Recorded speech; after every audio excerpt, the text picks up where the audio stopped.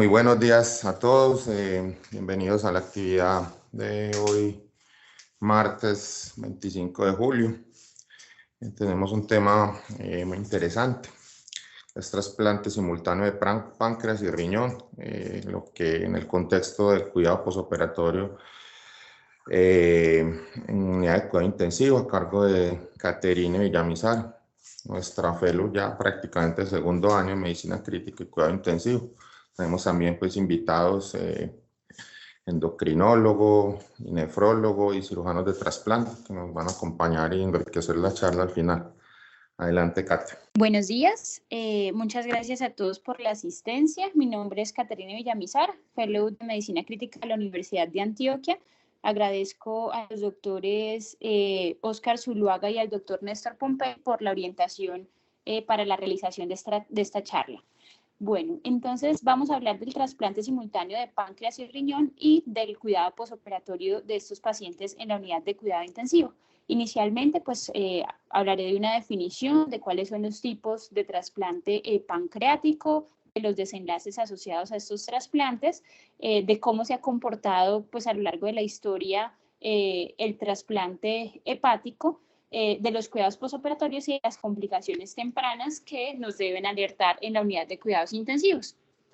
Entonces, para empezar con un poco de historia, en el año 1967 en Minnesota, en la ciudad de Minneapolis, se realiza por primera vez un trasplante simultáneo de páncreas y riñón. Este trasplante lo realizaron el doctor Lillehei y Kelly. Y pues a partir de esta experiencia empieza a extenderse el aprendizaje a lo largo del mundo. Era una paciente diabética tipo 1 que ya tenía una enfermedad renal estadio 5. El desenlace pues, de esta paciente fue favorable. El primer trasplante en Colombia, simultáneo de riñón y páncreas, se realizó en el año 1988 en el Hospital San Vicente de Paúl. Era una paciente de 87 años, diabética, también con enfermedad renal. En esta ocasión el trasplante se hizo derivando el drenaje exocrino del páncreas a la vejiga, se puso el páncreas pues en el extraperitoneo. Lastimosamente esta paciente falleció, pero pues es la primera experiencia con la que contamos a nivel nacional. Hizo una pancreatitis post-trasplante.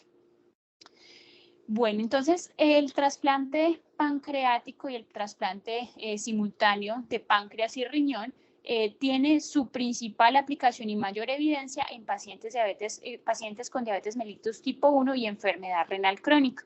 Hay pues experiencias con pacientes con diabetes mellitus tipo 2, usualmente que tienen un péptido C bajo y bajos requerimientos de insulina. Sin embargo, la mayoría de evidencia y literatura que vamos a encontrar es dirigida a pacientes con diabetes tipo 1.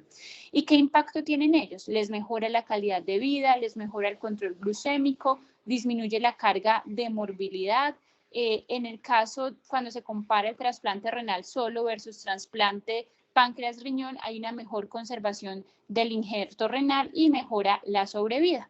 Entonces, como les decía, hay diferentes formas de hacerlo. Entonces, una es trasplantar el páncreas únicamente, otra es trasplantar de forma simultánea el páncreas y el riñón, y dentro de esta categoría encontramos un concepto que es el preventivo, que es cuando se hace en pacientes con enfermedad estadio 4, que aún no han llegado al estadio 5, es enfermedad renal crónica. Está también el caso del trasplante de páncreas después de trasplante renal y está el de trasplante de islote de células. Vamos a ver pues un poco cuáles son los desenlaces de cada uno y les contaré pues cómo se realiza específicamente el simultáneo de páncreas y riñón. Entonces, cuando miramos en la literatura cómo se está comportando el trasplante de páncreas en el mundo, vemos algo muy llamativo. Acá a la izquierda de la primera imagen vemos en 1997 pues la cantidad que se hacía. Uno es el registro de los Estados Unidos, Eurotransplant de Europa y UK pues el de Reino Unido. Entonces vemos que hubo como una tendencia al aumento más o menos hasta el año 2004 y de allí ha disminuido el número de trasplantes y eso es llamativo porque cada día vemos aquí hacia la derecha que hay más pacientes con diabetes mellitus. Entonces, y pues a uno le llama la atención que el número de trasplantes vaya disminuyendo. Asimismo, se ha visto que el número de publicaciones aumentó más o menos hasta el año 2005 y ya de allí han disminuido las publicaciones en relación al trasplante pancreático, aun cuando los desenlaces perioperatorios han mejorado.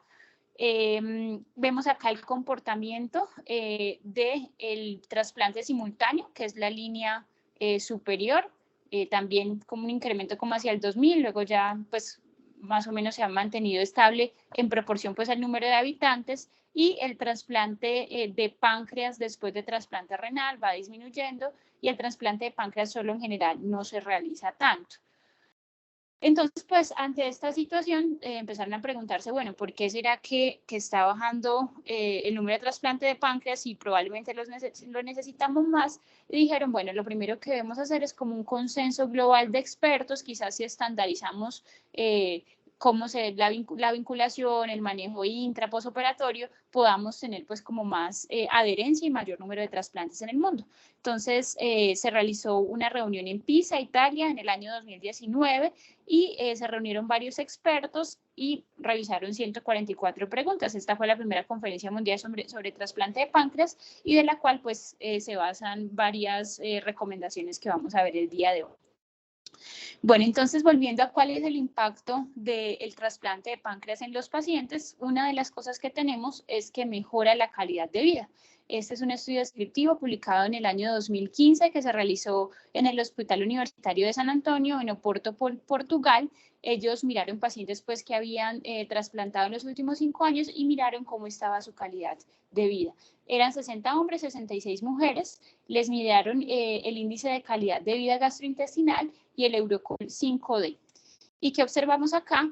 Que los pacientes, después del trasplante, tuvieron mejoría en los ítems físicos, psicológicos, sociales, mejoraron su capacidad de autocuidado, disminuyeron el dolor, la ansiedad, depresión, y acá muy interesante, adicionalmente mejoró su vinculación laboral. Vemos acá en los recuadros blanco con negro, antes del trasplante el 50% de los pacientes estaban desempleados, después del trasplante el 36.5% ya tenían algún empleo, una proporción importante, perdón, el 36.5% permaneció desempleado y una proporción importante, alrededor del 65%, contaban con algún empleo. En relación al control glicémico, entonces este es un estudio prospectivo que nos muestra el comportamiento en 5 centros de Inglaterra. Acá es muy interesante porque hacen una comparación entre los pacientes a quienes se les hizo trasplante simultáneo de riñón-páncreas, trasplante de páncreas después de haberle trasplantado un riñón, o aquellos que se les pusieron islotes, y miraron entonces cómo era la sobrevida, el control metabólico, las tasas de complicaciones.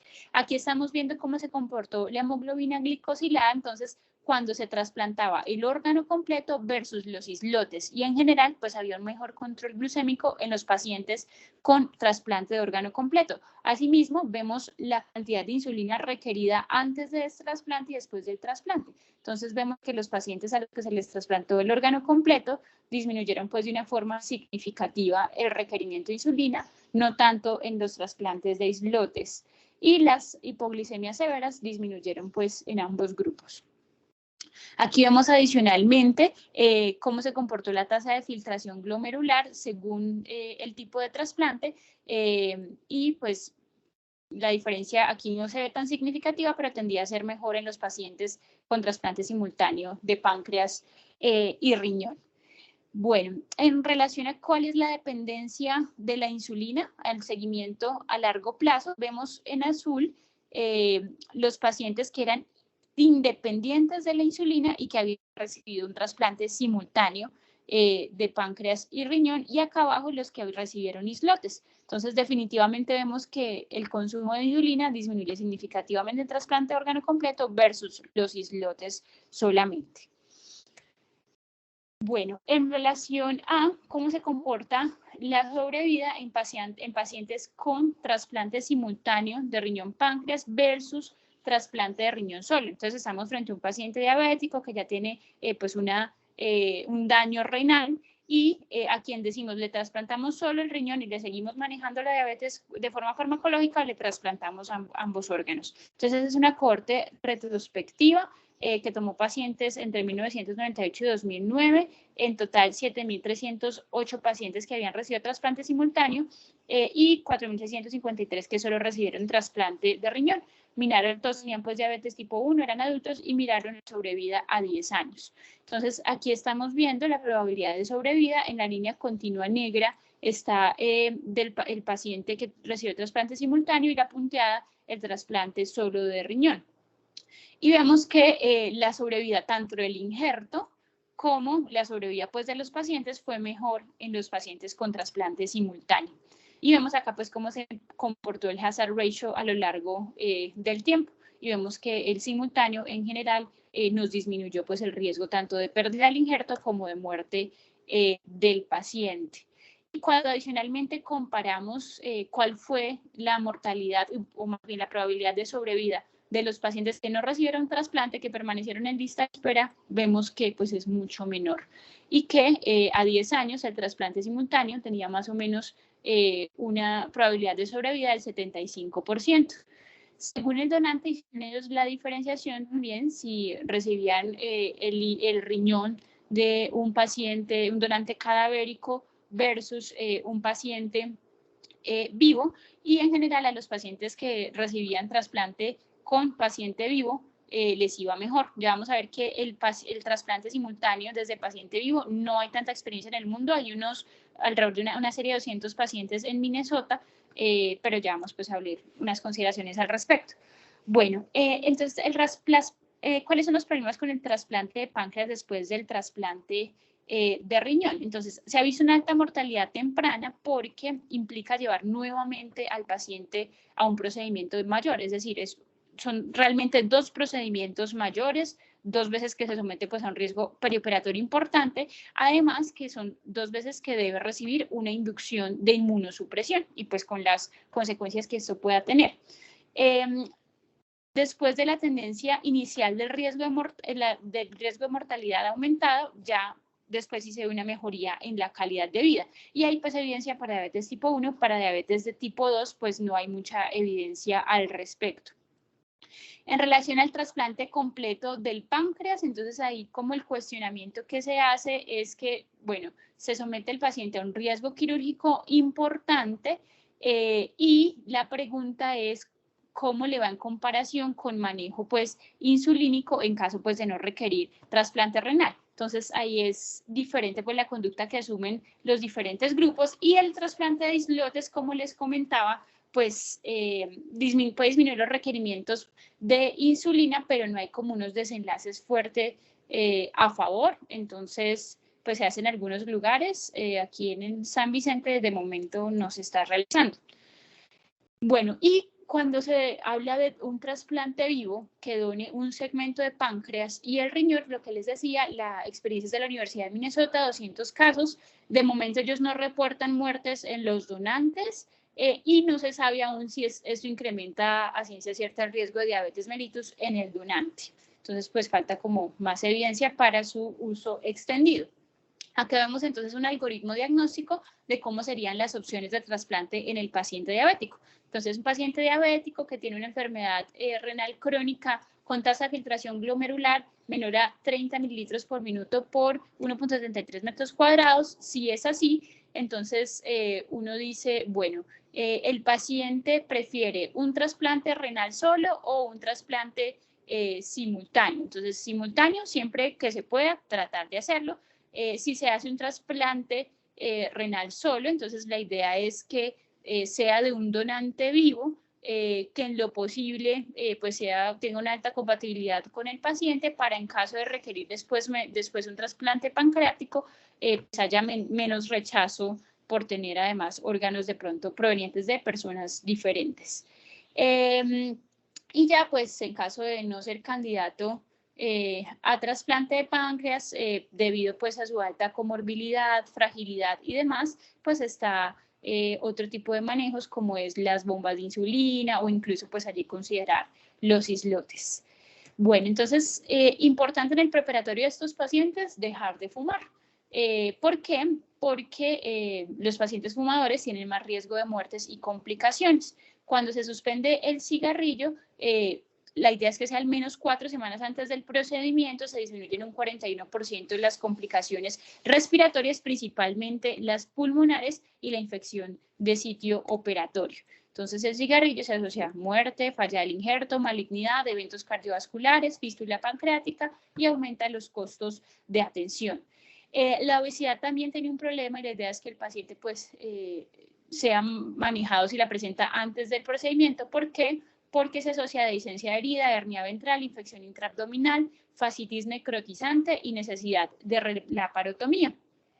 Una consideración muy importante también es el riesgo cardiovascular de estos pacientes. Entonces, son pacientes que son diabéticos con enfermedad renal crónica, tienen usualmente aterosclerosis y vemos acá la cantidad de eventos cardiovasculares que se presentaron en un grupo de 89 pacientes. Entonces, de 89 pacientes, 10 pacientes hicieron eventos, entre ellos pues infartos de miocardio, angina, incluso eventos cerebrovasculares. Dada este alto riesgo cardiovascular de los pacientes llevados a trasplante simultáneo, muchos grupos han estandarizado pues su forma de valoración del riesgo, particularmente acá en el Hospital San Vicente. Me comentaba el doctor Pompey que los pacientes que llevan más de 10 años en diálisis son llevados a un cateterismo y se les mira directamente pues la anatomía coronaria y se requiere un manejo antes de ser llevados a un trasplante simultáneo. Bueno, en el intraoperatorio es muy importante pues la profilaxis antibiótica. En las guías pues hablan de cefalosporina de primera generación. Sin embargo, eso debe ajustarse a la epidemiología local, a la flora predominante en cada hospital. Se habla de una dosis única de fluconazol preoperatoria. Y el valganciclovir y el trimetoprim y el fametoxazol son fundamentales en la etapa de mantenimiento de la inmunosupresión por el riesgo de infección por citomegalovirus y neumocistis. Otro aspecto importante pues, a tener en cuenta en el intraoperatorio es el tiempo de isquemia fría. Entonces, este es un estudio retrospectivo, unicéntrico, del Hospital Universitario de Minnesota. Incluyeron a todos los pacientes que habían sido trasplantados entre 1998 y 2015, en total 1.253 pacientes, y evaluaron cómo impactaba el tiempo de isquemia fría en los desenlaces post-trasplante. Entonces, acá estamos viendo cuál fue la incidencia de falla técnica de acuerdo al tiempo de isquemia fría. Entonces, en rojo, cuando el tiempo era menor a 12 horas, este verde mate es entre 12 y 16 horas, este es 16-20 horas, el azul entre 20 y 24 horas y el morado 24 horas. Entonces, vemos que entre menor el tiempo de isquemia fría es mejor para el paciente, sobre todo pues si es menor de 12 horas. Esa sería pues como la idea. Y en relación a la sobrevida del injerto se ve lo mismo. Les va mejor a los órganos trasplantados que tienen menos de 12 horas de isquemia fría. Bueno, y en el trasplante simultáneo de páncreas y riñón hay varias formas pues como que se han planteado de hacerlo. Una, entonces la primera pregunta, ¿ponemos los órganos del mismo lado o en lado contralateral? Entonces, se decía, bueno, si lo ponemos del mismo lado, puede que una inflamación del páncreas termine afectando también al riñón trasplantado. Entonces, pues en algunos lugares se prefiere en lados diversos y además se habla también del robo circulatorio. Estos órganos se adhieren usualmente a los vasos ilíacos, entonces dice, mejor colocarlo del lado contralateral para que no haya robo circulatorio entre los órganos. Sin embargo, pues en la literatura vemos algunos grupos que hacen uno o lo otro. Otra pregunta es si se pone el páncreas intraperitoneal o extraperitoneal. Entonces, la ventaja de ponerlo intraperitoneal es que es más rápido para el cirujano y disminuye pues estos tiempos de isquemia fría. Y los que pues argumentan ponerlo extraperitoneal dicen pues que es más fácil tomar una biopsia desde el extraperitoneo que teniendo que volver a ingresar a la cavidad en caso de requerirlo. Otra de las situaciones es si se hace una derivación para el drenaje exocrino del páncreas al intestino o si se hace a la vejiga. Entonces, inicialmente, y como vimos el primer caso que se hizo acá en San Vicente, fue derivado a la vejiga. Sin embargo, se ha visto que esto conlleva a múltiples dificultades. Una es una acidosis metabólica hiperclorémica, a una pérdida de bicarbonato y adicionalmente el reflujo vesical hacia el órgano trasplantado llevaba a episodios de pancreatitis. Actualmente la tendencia es hacer la anastomosis al intestino y algunos grupos lo hacen al duodeno y otros grupos lo hacen al yeyuno. Bueno, algo también importante es que se evalúa desde el preoperatorio cuál es la calidad de los vasos ilíacos para definir pues también hacia dónde se hace el drenaje arterial, el drenaje venoso y pues arterial. Aquí estamos viendo entonces un caso en el cual se realizó una duodenoyeyunostomía. En relación a los casos posoperatorios, entonces, como ya hemos visto, estos pacientes tienen un riesgo preoperatorio aumentado tanto por la condición del paciente como por el procedimiento, que es un procedimiento, es una cirugía mayor. La estancia hospitalaria promedio se reporta entre 8 y 27 días, la estancia en UCI entre 3 y 5 días. La tasa de complicaciones posoperatorias es hasta el 40% y de reintervenciones es variable por grupo, pero se habla pues hasta del 30%. Este es un estudio de corte retrospectiva que incluyó 40 pacientes que fueron llevados a trasplante simultáneo. Es un estudio que se realizó en Moscú y ellos miran cuál fue la tasa de complicaciones quirúrgicas tempranas y su impacto en la sobrevida del injerto y del receptor. Y vemos que la complicación más frecuente fue la trombosis del injerto. Dentro de esa, la trombosis venosa. Se observó también fugas de la anastomosis, pancreatitis, infecciones intraabdominales, sangrados, entre otros. La tasa de complicaciones global fue de 37.5%, la sobrevida del año del injerto de 82% y de los pacientes del 90%. Entonces, nuestra función en UCI, pues, como para gestionar este riesgo, para identificar tempranamente las complicaciones, implica varias cosas. Uno, monitorizar la función de órganos. Debemos mantener una presión arterial media que nos facilite y esté dentro de los rangos de autorregulación de la perfusión renal. Manejo de líquidos guiado por objetivos. La idea, ya sabemos que la sobrecarga de volumen pues no es favorable, pero tampoco podemos tener a nuestros pacientes hipovolémicos. La idea es buscar una euvolemia. La extubación temprana, siempre que sea posible. La vigilancia de la glicemia es fundamental porque inicialmente con la conexión del órgano trasplantado puede haber una liberación pues, de insulina importante al organismo, presentarse hipoglicemia y posteriormente uno ya esperaría que esté regulando y que no se presente hiperglicemia. La hiperglicemia nos debe alertar sobre una posible falla del injerto. Debemos prevenir las complicaciones tromboembólicas, incluyendo dentro de ellas la trombosis del injerto, prevenir y manejar el lirio, manejar el dolor. En relación al dolor, buscar una estrategia multimodal que ayude a reducir el consumo de opioides. Ya sabemos que los opioides generan náusea, vómito y que además en estos pacientes que pueden tener una función renal y disminuida inicialmente, hay un acúmulo de metabolitos que pueden ser tóxicos. La analgesia epidural tiene una limitación y es que muchos de esos pacientes se anticoagulan en el postoperatorio, entonces podría ser pues uno de los problemas. Y se propende actualmente por bloqueos como el ESP, el cuadrado lumbar, incluso hay reportes pues con bloqueos de TAP que disminuyen el consumo de opioides. Se sugiere uso de dexmedetomidina, acetaminofén, pues siempre y cuando no estén contraindicados. La sonda nasogástrica no se usa de forma rutinaria, incrementa la fiebre, atelectasias, neumonía y el tiempo a la primera ingesta. Solo si pues, el paciente tiene un irio y la requiere, se le pone. El manejo de líquidos, lo que les decía, una terapia guiada por objetivos, evitando la sobrecarga.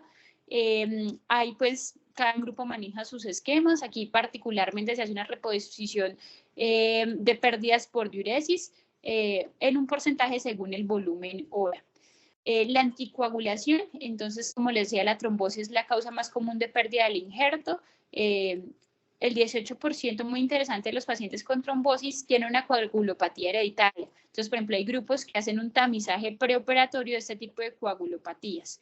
¿Y cómo se previene? Entonces, con anticoagulación. Cada hospital tiene su protocolo. Este, por ejemplo, es el protocolo del Johns Hopkins. Ellos hicieron un análisis de todos los pacientes que habían trasplantado de páncreas e identificaron los factores de riesgos asociados a la trombosis. Definieron los criterios mayores y menores. Dentro de los criterios mayores incluye que ya haya tenido un evento trombótico previamente, que haya requerido una trombectomía intraoperatoria en la vena a la cual se hizo pues la conexión. Bueno, una serie de factores, incluyendo, por ejemplo, en los criterios menores también hallazgos en el tromboelastograma. Ellos con eso hacen un cálculo del riesgo de trombosis bajo, intermedio, alto y definen la estrategia, que puede ser heparina en infusión continua o dextrano en infusión, o incluso cuando el riesgo es bajo, una dosis de heparina profiláctica, y todo esto sumado a aspirina para evitar la agregación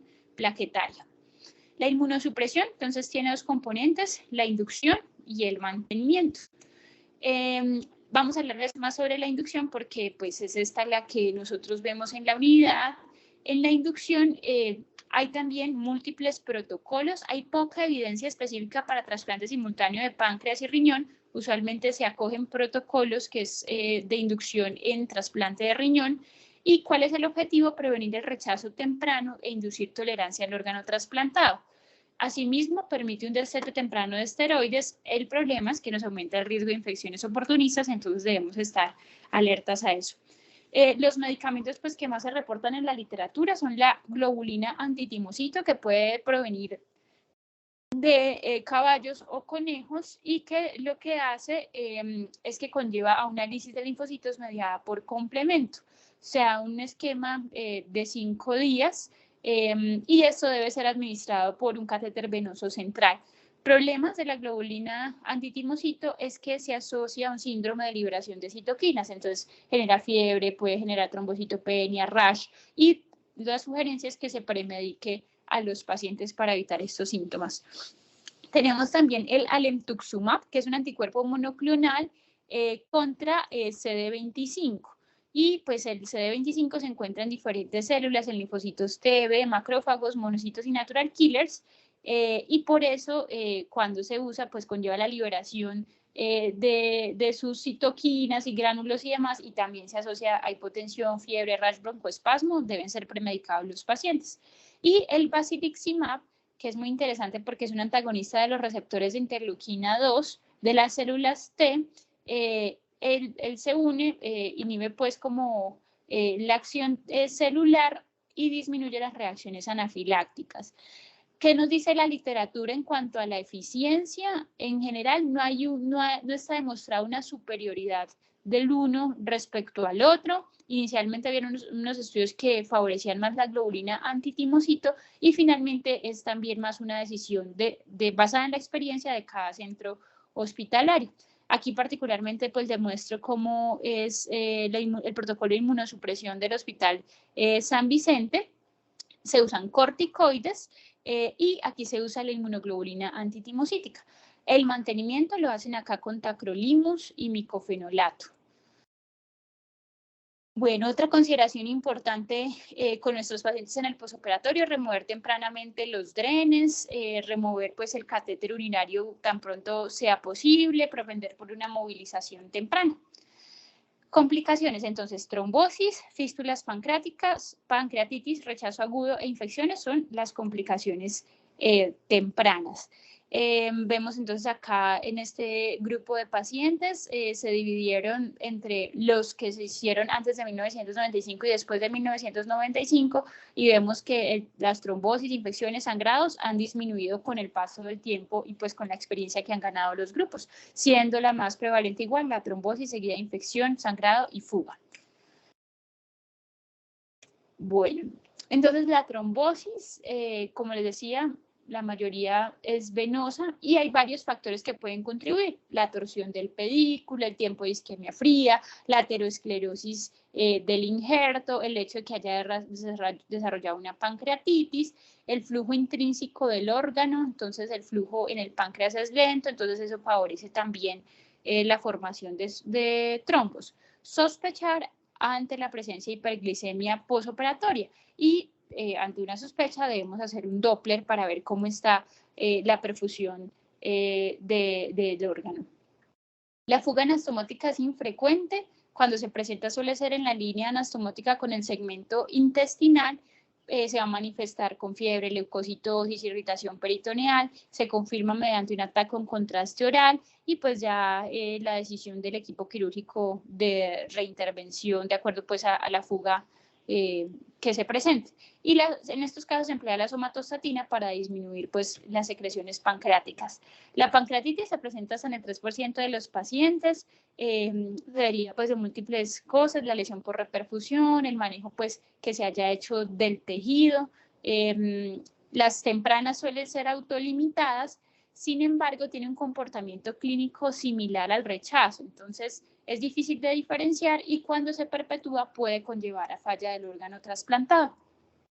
Infecciones, pueden presentar estos pacientes infecciones virales, bacterianas, fúngicas, debemos estar pues muy alertas a esas posibilidades y dar la profilaxis antibiótica indicada.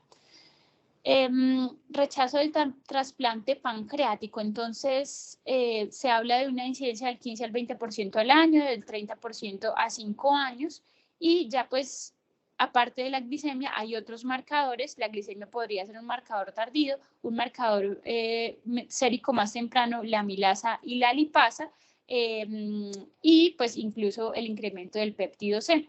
¿Cómo se confirma si realmente está haciendo un rechazo al injerto? Entonces, la confirmación es definitivamente histológica. Debe pues tomarse una biopsia para saber si realmente está rechazando. Adicionalmente, se puede encontrar allí positividad de C4D y el hecho de que clínicamente el injerto está disfuncionando. Entonces, ¿cómo sabemos si está disfuncionando? De acuerdo a si el paciente está requiriendo nuevamente insulina, si es más o menos del 50% de la dosis basal, ahí podríamos ver si está fallando o no el injerto. En conclusión, el trasplante simultáneo de páncreas y riñón es una alternativa de manejo altamente eficiente en pacientes con diabetes mellitus insulino requiriente y enfermedad renal crónica. Es una intervención de alto riesgo que requiere un manejo multidisciplinario perioperatorio para lograr desenlaces favorables y pues nosotros en la unidad de cuidados intensivos, en los cuidados posoperatorios, la monitorización continua, permitimos lograr metas de manejo e identificar tempranamente las complicaciones. Con esto pues acabo la presentación. Gracias y quedamos atentos a las preguntas, intervenciones que tengan.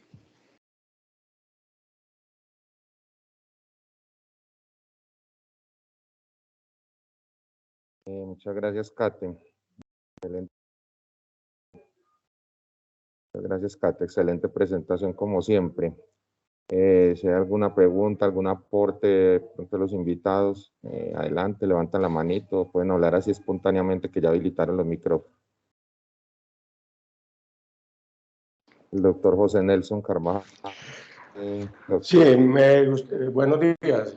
El doctor Carvajal, nefrólogo de trasplantes del Hospital Alma Mater.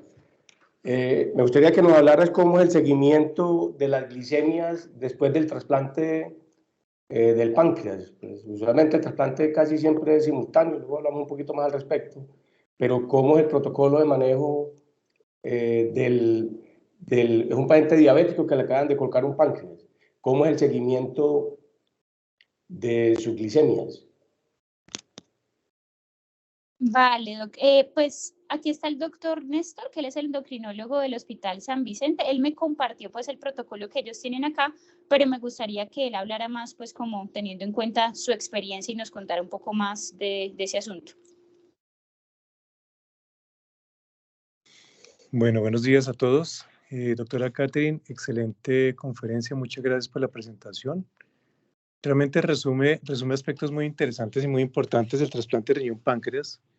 Y realmente, pues este trasplante multivisceral pues, de esos dos órganos se constituye como una herramienta muy útil para los pacientes con diabetes mellitus tipo 1 principalmente. Pero como bien lo dijiste, pues también hace parte, en ese momento estamos implementando este tipo de trasplantes para pacientes con diabetes mellitus tipo 2. Claves, algunas cosas importantes antes de responder la pregunta del doctor, es escoger muy bien al donante. Son donantes que usualmente son pacientes jóvenes, son pacientes que ya hemos descartado enfermedad coronaria o se corrige antes de llevarlos al trasplante. La otra cosa importante es elegir muy bien al donante. El donante tiene que ser por muerte cerebral, idealmente por debajo de los 50 años, que no tenga obesidad, idealmente con índice de masa corporal por debajo de 27, pero de 30 también se pueden elegir pacientes, y pacientes que no lleven una alta estancia en cuidado intensivo, me refiero al donante. La otra cosa muy importante, que bien lo dijiste también, para el éxito del injerto y sobre todo la sobrevida a largo plazo, la disminución de trombosis y disminución del riesgo de rechazo a corto, mediano y largo plazo, es la disminución del tiempo de isquemia fría. Y es una cosa muy interesante lo que dijiste, es que por debajo de 12 horas es el ideal. Nosotros aquí en el centro, en el Hospital San Vicente Fundación, tenemos un promedio aproximadamente de 8 horas. Bueno, entonces con respecto a la pregunta del doctor, nosotros lo que hacemos inicialmente es hacer glucometrías cada hora, y estamos pendientes del paciente, luego cada 2 horas, luego cada 4 horas, luego cada 6 horas, y cuando el paciente inicia la ingesta, que usualmente es entre el tercer y cuarto día, los pacientes hacen glucometrías preprandiales.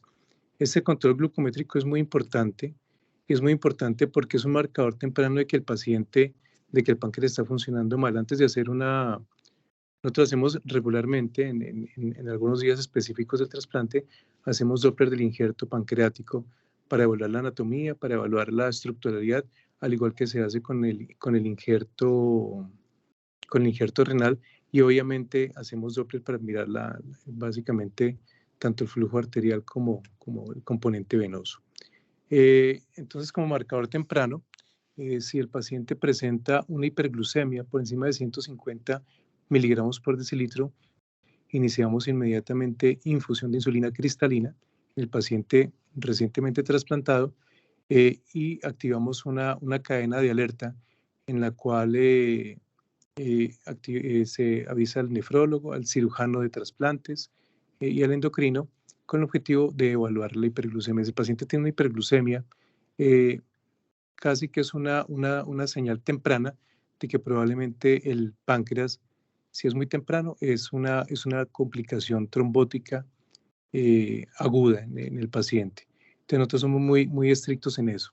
La mayoría de nuestros pacientes y la casuística nuestra, que es de 31 pacientes, que es lo que llevamos desde el año 2013 a la fecha, es que la gran mayoría de los pacientes salen con infusión de destroza después de la cirugía. ¿Por qué? Porque resulta que cuando como bien lo mostró la doctora Catherine, en el drenaje venoso va hacia los vasos ilíacos y va directamente la insulina a la circulación sistémica, obviando el paso normal del páncreas nativo o páncreas normal, en el cual hay una circulación enterohepática que retrasa la entrega o la descarga de insulina a la circulación sistémica. Entonces, pacientes generalmente llegan con glucemias bajitas o hipoglucemias. Entonces, es muy importante hacer las glucometrías. Nosotros hacemos un esquema de cada hora, cada 2 horas, dependiendo de las horas, cada 4 horas, cada 6 horas, y luego precomidas. Y es un marcador muy temprano de que algo va mal en el páncreas. Y el doctor José Nelson también iba a hacer, no sé, otra contrapregunta, contrarrespuesta. No, vemos que el doctor Guerra y el doctor Barrera, que también está pidiendo la palabra, intervengan. Listo, dale, doctor Guerra, después doctor Barrera, después doctor José Nelson.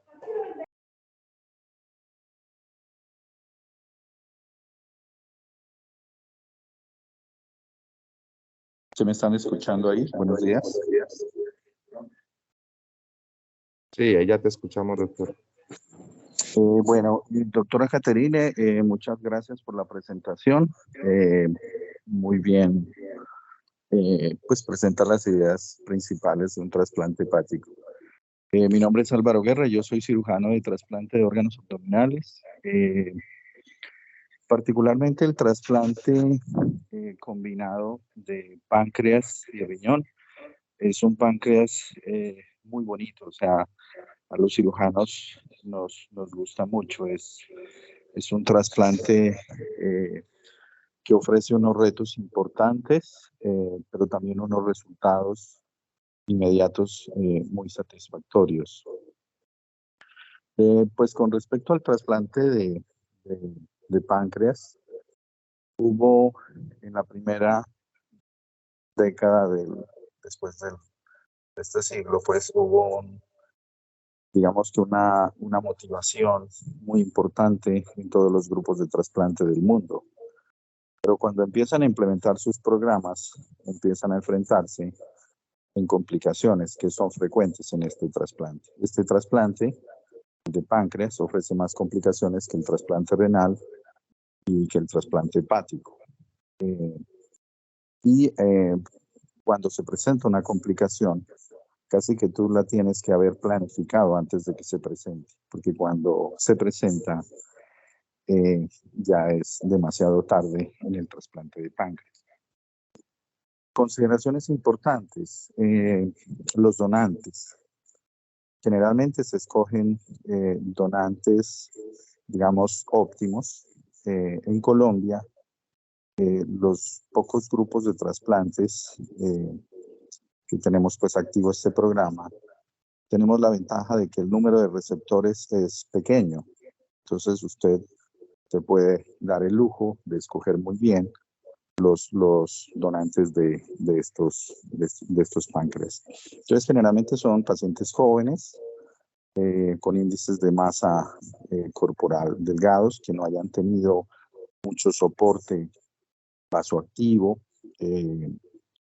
y más o menos hay que considerar la relación antropométrica donante-receptor. Es importante. La técnica que nosotros usamos es una laparotomía. Se hace primero el trasplante de páncreas. Usualmente se debe hacer dentro de las primeras 8 horas de isquemia frío, porque el tejido pancreático es un tejido delicado.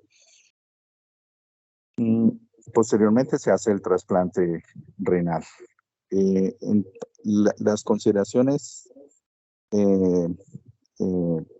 pues en la misma extracción, usted tiene que ir pensando el trasplante desde la extracción.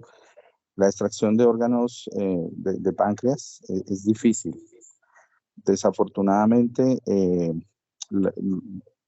los cirujanos no estamos tan expuestos a la extracción de páncreas. Entonces, como es esporádica, la curva se adquiere de una forma muy lenta y también pueden haber problemas desde las complicaciones. Se tienen que descartar variantes anatómicas, extraer muy bien el páncreas sin lesionar los pedículos, y generalmente se utiliza el vaso, también se saca simultáneamente. Cuando se hace la perfusión por la porta al páncreas debe ser limitada, porque si utiliza todas las soluciones de perfusión que se utiliza para perfundir el hígado o los riñones, se puede edematizar y da disfunción postoperatoria. Entonces hay una cantidad de aspectos que uno tiene que tener en cuenta en la extracción. La cirugía de banco es muy demandante. El páncreas tiene muchísima circulación colateral, que comparte pues con el duodeno, con la circulación esplénica y con el meso del intestino. Entonces tienes que ligar sistemáticamente cada arteria y cada vena, y también tiene que haber una ligadura de todos los pedículos linfáticos para evitar las fístulas linfáticas en el postoperatorio inmediato. En el trasplante, nosotros la técnica que utilizamos, yo le había mandado un esquema al doctor Cristian, no sé si lo puede compartir. Nosotros hacemos derivación sistémica. La porta, tratamos de no hacer alargamiento de la porta para no aumentar los riesgos de trombosis. La vena se pega en forma de diamante, no como en el trasplante renal, sino se hace un diamante para evitar, digamos, el colapso de la vena porta y la trombosis de la misma. Recuerden ustedes en anatomía básica que la sangre que va al vaso pasa por la arteria esplénica, y el vaso tiene un gasto cardíaco que puede ser del 12 al 15%. Cuando uno hace el trasplante y quita el vaso, porque no se trasplanta el vaso. Sirve para manejarlo y manipularlo, pero cuando se quita el vaso, entonces se corta esa circulación esplénica. Entonces, la sangre que iba al vaso, ese 12% de gasto cardíaco, ya no vuelve por la vena esplénica. Entonces, la vena esplénica no tiene tanta fuerza. Eso es uno de los factores de tipo hemodinámico y técnico que tiene el trasplante de páncreas. Por eso la trombosis es la complicación más alta. Y los grupos suelen declarar menos su complicación trombótica, pero cuando uno ve las publicaciones en donde la trombosis puede llegar hasta un 30%. Bueno, la ventaja es que uno habla muy claramente con los pacientes y en el caso de que se presente una trombosis del páncreas y generalmente hay que retirarlo tempranamente, pues el paciente queda con su trasplante renal, que como proviene de un donante excelente, queda con un excelente trasplante renal. Pues esa es una forma de sobrellevar esta complicación que es muy catastrófica cuando se presenta.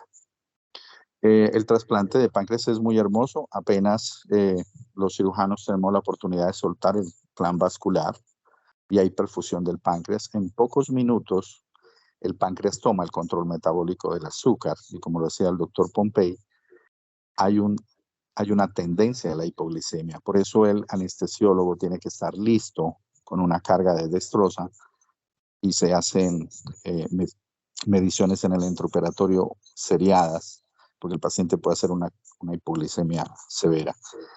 Y eso indica que el páncreas está bien perfundido, se ha conservado bien la cadena de frío, tiene un buen proceso de extracción y va a funcionar bien. Cuando el páncreas va bien en su curva de glicemias y desafortunadamente realiza un pico alto de glicemia, eso generalmente corresponde a una trombosis. A veces se presenta en el segundo o tercer día. La pancreatitis declarada es, como decía la doctora Catherine, baja de un 3-5%, pero la pancreatitis subclínica puede llegar a un 35%. Esa pancreatitis edematiza el páncreas aumenta de volumen y cuando el cirujano no ha tenido la precaución de dejar libre la cola del páncreas, esta puede funcionar como un punto de apoyo de ese páncreas inflamado, aumenta de tamaño, angula la porta y esa es una de las causas de trombosis aguda que se puede presentar hacia el segundo o tercer día. Y la otra complicación es que estos pacientes hacen fístulas linfáticas con frecuencia.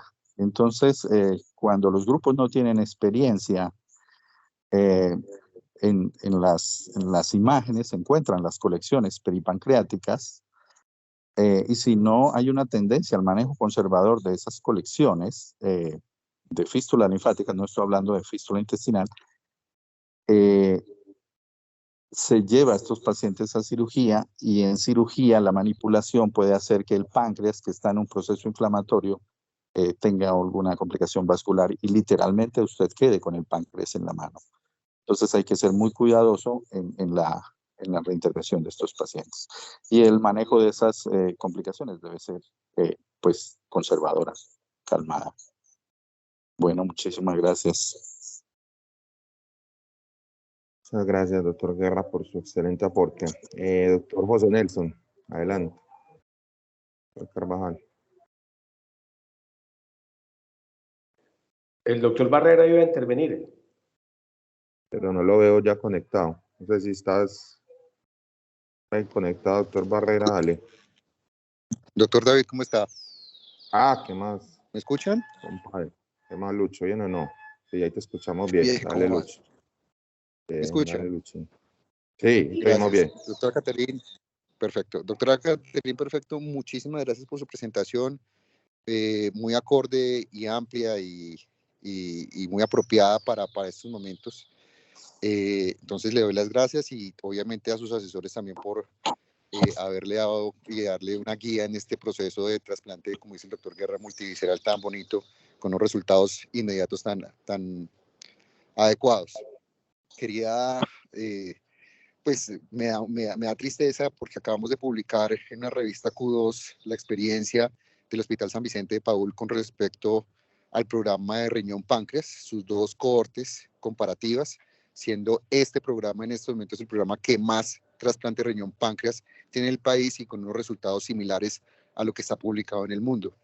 Eso obviamente ha sido el resultado de más de, podría decir, casi 30 años de historia, y en ese orden de ideas se ha aprendido mucho durante todo ese trasegar.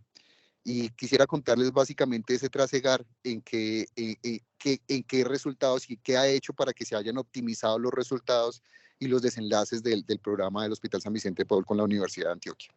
El primero es que podemos decir que hay 3 fases históricas del programa de trasplante de riñón-páncreas. La primera fase la llamamos una fase de entusiasmo, en la que el profe Velázquez en el año 88 y después de eso hicieron 10 trasplantes de riñón páncreas donde drenaban directamente hacia la vejiga. De esos aproximadamente solamente quedaron 2 páncreas y obviamente los riñones fueron los únicos que sobrevivieron de esa primera tanda. Fue del 88 aproximadamente al 94 y ahí se para el programa. Luego hay una segunda fase, que es una fase de repotenciación, digámoslo así, del programa, en la cual inclusive participa el doctor José Nelson Carvajal, que se va a Estados Unidos a formarse en trasplante de riñón-páncreas. Y en esa segunda fase se logran tener 32 trasplantes de riñón-páncreas. Lo que llama la atención en este momento es que, aunque fue una persona directamente a entrenarse afuera, se presentó una gran variabilidad de diferencias técnicas y en inmunosupresión que llegaron a generar complicaciones tan altas en esa fase entre el 2001 y el 2011 del 60% con morbimortalidades. Y las complicaciones generalmente más frecuentes eran, uno, trombosis, que daban con pérdida del injerto, y la segunda era sangrado, que generaban complicaciones infecciosas. En esa segunda fase se encontraron muchas diferencias desde el punto de vista técnico. Como señalaba el doctor Guerra, en algunas se tiene que hacer anastomosis de las 2 arterias en una Y, en una solamente se pegaba una, en otras hubo alargamiento, en otras se colocaba en un lado, en otras se colocaba en el otro lado. Eso desde el punto de vista técnico, y desde el punto de vista de inmunosupresión, todas las posibilidades de inmunosupresión posibles. Timoglobulina, basiliximab, algunos sin inducción, otros le colocaban inclusive el entuzumab, e inclusive la terapia de mantenimiento de inmunosupresión fue variadísima, con diferencias que llegaron hasta el 50% cuando hicimos el análisis de la inmunosupresión. Ahí se para el programa y otra vez se inicia lo que yo llamo una fase de estandarización y empieza la tercera y última fase del programa.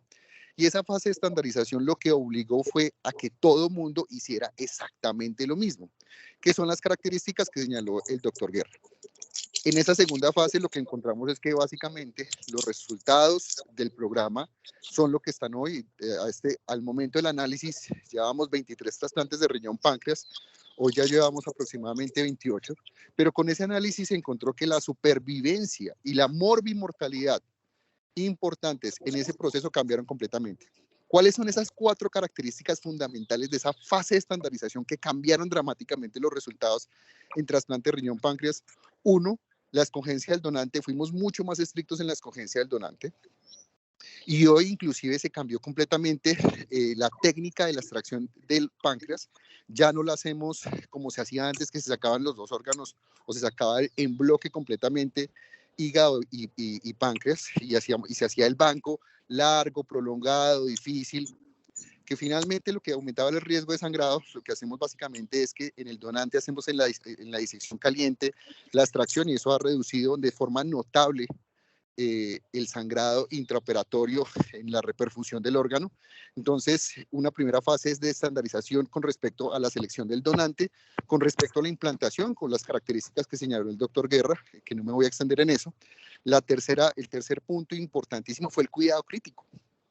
Resultaba que antes, ante las hiperglicemias, no había una respuesta inmediata.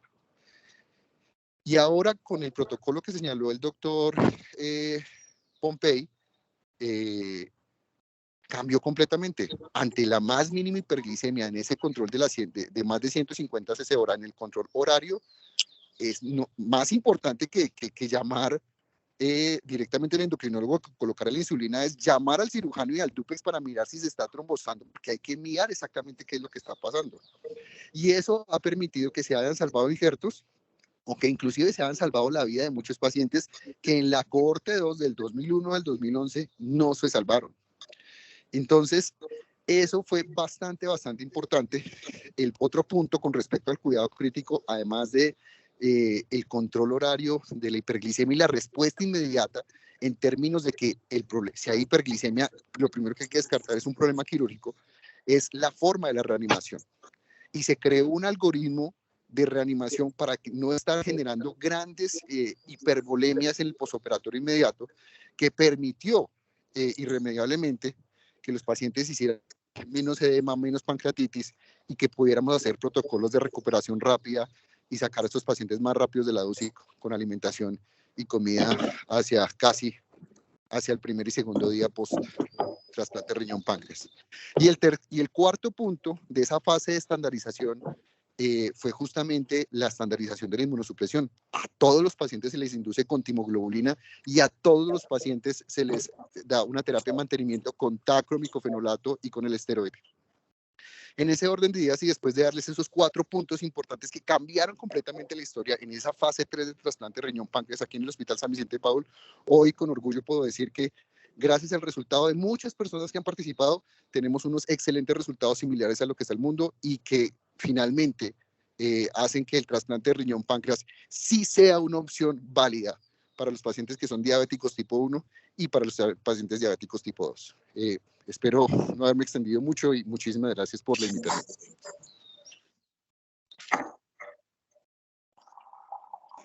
Muchas gracias, Luis. Sí, no, muy de acuerdo, pues que yo creo que todo ese proceso de estandarización y aprendizaje pues ha conllevado que los desenlaces sean pues, mucho mejores. De la parte pues de cuidado intensivo, importante, digamos, un manejo racional pues como de los líquidos y ser bien meticulosos pues en el control glucémico. Pues yo hace muchos tiempo pues no me toca pues como el manejo posoperatorio de un trasplante de riñón páncreas, pero sí tengo, digamos, una persona, pues, como digamos, muy allegada, pues, que se benefició de eso, y eso es una belleza, pues, que cambia pues, radicalmente pues, la calidad de vida. Doctor Carvajal.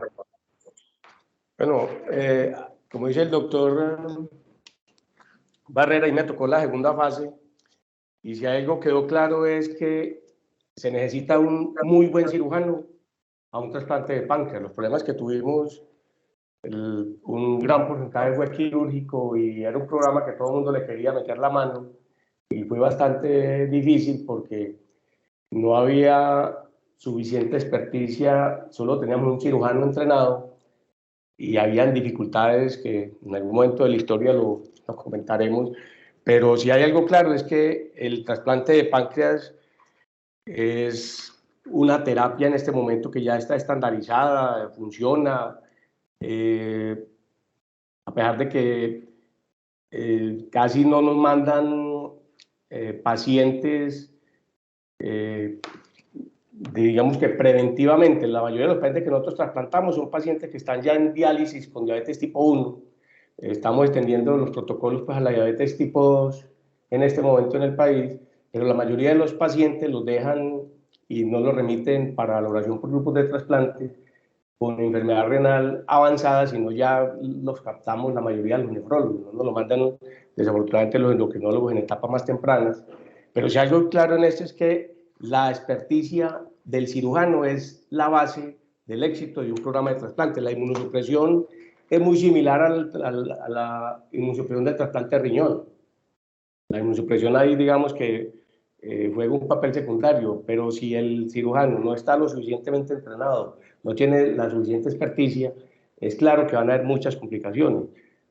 Afortunadamente contamos en este momento con, en algunas partes del país ya con cirujanos con una experiencia suficiente para que estos programas de trasplantes simultáneos de riñón-páncreas se estén consolidando, pero básicamente los clínicos, si bien participamos y acompañamos y en el seguimiento, en el pre y en el posoperatorio y en el seguimiento posterior del trasplante, la principal razón de éxito en la mayoría de los casos es la experiencia que tenga el cirujano para el trasplante simultáneo.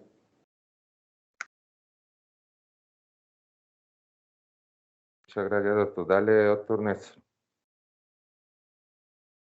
Bueno, muchas gracias, grandes aportes y bueno, este es un programa, la verdad que es muy bonito y la experiencia de nuestro centro ha sido bastante amplia y como lo dijo Lucho, pues nuestro centro es uno de los 2 grandes centros en Colombia que trasplanta riñón páncreas y creo que en ese momento pues somos los que más trasplantamos en los últimos, por lo menos los últimos 10 años. Otras cosas importantes a mediano y largo plazo es lograr identificar el rechazo o las complicaciones crónicas en el tiempo. Me explico. Estos pacientes les hacemos un seguimiento, inicialmente que es semanal, bisemanal, mensual y posteriormente puede ser entre cada 1 a cada 3 meses, con los objetivos de evaluar si el paciente presenta complicaciones a mediano o largo plazo. Ya después de los 6 meses, las complicaciones más frecuentes o que que tenemos que buscar más activamente, hacer una búsqueda activa, es del rechazo de páncreas. Y la idea es encontrarlos tempranamente. Si un paciente se ha trasplantado de riñón páncreas y presenta una hiperglucemia cuando nos llega a la consulta, estamos tarde. O sea, ese paciente infortunadamente ya ha perdido la función de la célula beta y probablemente no nos va a seguir ningún tratamiento para el rechazo. Entonces nosotros hacemos una medición importante desde el punto de vista clínico. Adicionalmente miramos unos marcadores tempranos de rechazo del páncreas, que son la amilasa y la lipasa, que son pues la función exocrina, pero en este caso nos sirven para detectar tempranamente si el paciente presenta un rechazo, puede ser agudo, crónico, celular, mediado por anticuerpos o incluso mixto. Entonces me parece que es una cosa muy importante que nosotros hacemos aquí y es el acompañamiento del paciente de trasplante de riñón páncreas, que lo hacemos inicialmente con el grupo de cirugía, además de nefrología, que es supremamente importante. Nosotros trabajamos aquí muy de la mano también con los nefrólogos de trasplantes y hacemos un acompañamiento o unas evaluaciones conjuntas de los pacientes. De los pacientes les estamos viendo nefrología y endocrinología crónicamente y cirugía, pues obviamente cuando es necesario. Muchas gracias. Muchas gracias, doctor Néstor. Doctores Barrera, Carvajal de la Escuela Mano Levantada, ¿tienen algún aporte adicional? Se me quedó levantada, Sor. Buenos días. Sí, se quedó levantada. Buenos Bueno, días. Es que entro por levantar la mano. Dale. No. Juliana Buitrago, cirujana de trasplantes. Buenos días. No, unos breves a la doctora Catherine. Muchas gracias por la presentación. Los comentarios han estado supremamente interesantes. Yo solo quería como redondear unos comentarios cortos dirigidos específicamente a los intensivistas. De todas maneras, el trasplante de páncreas es el trasplante que tiene el mayor número de complicaciones de todos los trasplantes, incluido el hígado. El páncreas es el que tiene más complicaciones, tiene mayor tasa de pérdida del injerto en cualquier mano, en cualquier grupo, en cualquier parte del mundo, tiene mayor tasa de pérdida del injerto. Sin embargo, su sobrevida a 1 año es superior al 97% y como ya lo han mostrado, pues vale la pena. Hay unas consideraciones para los intensivistas que están en el posoperatorio inmediato del trasplante de páncreas, y es que es muy importante revisar el grupo con el que están trabajando, qué técnica ha empleado, cómo fue realizado el procuramiento, por dónde se hizo la perfusión, qué solución se empleó, cómo fue esa parte volumen-presión, porque es un órgano supremamente susceptible a los cambios de presión y también a la isquemia-reperfusión. Y al decir que es susceptible a la isquemia-reperfusión, también se nos abre un nuevo panorama con el donante en asistolia controlada, porque los resultados en el mundo están siendo excelentes para trasplante pancreático en asistolia controlada, precisamente por ser un órgano tan sensible a la isquemia-reperfusión, y como con el ECMO se permite restaurar el metabolismo fisiológico, pues los resultados están siendo muy positivos. Importante revisar en las técnicas quirúrgicas que se emplearon, porque ya lo han dicho, entonces los drenajes pueden ser vesical o entérico. El vesical trae muchas complicaciones metabólicas, urológicas, vulvovaginitis, deshidratación, etcétera. Más del 85% de los grupos ya lo han abandonado, pero hay grupos que lo siguen haciendo. Entonces, pues revisar esa parte, revisar el drenaje venoso, si fue sistémico, si fue portal. Entonces, el drenaje a la vena porta, pues tenía un razonamiento, y era que como la insulina se produce en el páncreas, pasaba al hígado donde se metaboliza más del 50%, entonces pues pensaban que era más fisiológico. Sin embargo, al emplear el drenaje portal, pues estás arriesgando también el hígado, y pues también ya han precisado la incidencia de trombosis. Y al decir la incidencia de trombosis, pues me parece muy importante que el trabajo sea un trabajo en equipo con los intensivistas, es decir, que la discusión sea amplia sobre cómo se maneja la anticoagulación en estos pacientes. Recordemos un principio epidemiológico básico, y es que las guías de manejo de tromboprofilaxis y anticoagulación que se aplican en la unidad de cuidado intensivo son guías específicas para los tipos de pacientes donde fueron desarrolladas, es decir, esas guías no tienen una generalizabilidad de los hallazgos para aplicárselo a los pacientes de trasplante, estemos hablando de trasplante hepático, trasplante pancreático o cualquier trasplante, de manera que es muy importante ese diálogo conjunto para el manejo de esa anticoagulación y esa tromboprofilaxis, porque ya puntualizaron, se define uno entre la trombosis y la hemorragia. Entonces, importante también ese diálogo para el manejo de las complicaciones posoperatorias, que son, pueden presentarse bastantes, se presentan colecciones, y para el seguimiento muy estricto de estos pacientes. Y así con todo eso, completamente de acuerdo en los beneficios, la sobrevida y la calidad de vida del trasplante pancreático. Muchas gracias. Muchas gracias, doctora Juliana. No sé si alguien tiene más comentarios, aportes. Yo creo que ya podemos ir dando por finalizada la actividad. Muchas gracias, Kate. Muchas gracias a los invitados, al doctor Carvajal, al doctor Barrera, al doctor Néstor, el doctor Guerra y a la doctora Juliana, que yo creo pues, que enriquecieron mucho con sus aportes pues, la discusión. Muchas gracias a todos. Muchas gracias, Catherine. Felicitaciones, excelente presentación.